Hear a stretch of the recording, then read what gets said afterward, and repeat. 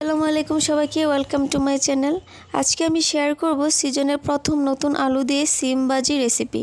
নতুন আলু দিয়ে সিম ভাজি পরোটা কিংবা ভাতের সাথে খুবই মজা করে খাওয়া যায়। তো চলুন দেখে নিই এটা তৈরি করতে কী কী নিয়েছি। প্রথমে আমি সিমগুলোকে কুচি করে কেটে নিয়েছি, সাথে আলুও কেটে নিয়েছি। এবার আমি এগুলোকে ভালোভাবে ধুয়ে নিয়েছি। এখন আমি একটা প্যানে তেল দিয়ে দিলাম, পেঁয়াজটা ভেজে নিয়েছি। তারপর দিয়ে দিচ্ছি আদা আর রসুনের পেস্ট, দিচ্ছি লবণ আর হলুদ দিয়ে এগুলোকে আমি এখন ভালোভাবে একটু ভেজে নিচ্ছি। তো এরপর যে আমি দিয়ে দেব কাঁচামরিচ আর দিয়ে দিচ্ছি একটা টমেটো কুচি করে।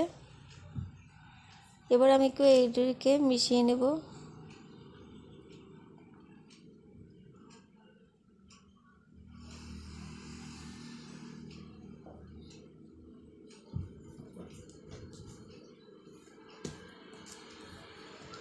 এবার আমি সিম আর আলু কুচি করে কাটা এগুলো দিয়ে দিলাম। এবার আমি এগুলোকে ভালোভাবে নেড়ে চেড়ে মিশিয়ে নিচ্ছি আর ঢাকনা দিয়ে আমি এগুলোকে সিদ্ধ করব।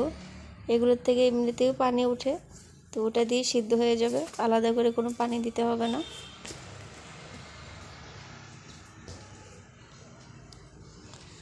বারবার এভাবে আমি নেড়ে চেড়ে মিশিয়ে নেব। তো এরপর যে আমার ভাজাটা হয়ে গেছে, এখন আমি ধনেপাতা দিয়ে আরেকটু নেড়ে চেড়ে উঠিয়ে নেব। তো তৈরি হয়ে গেল আমাদের আজকের সিম ভাজি। এটা রুটির সাথে খেতে খুবই মজা এবং ভাতের সাথেও মজা।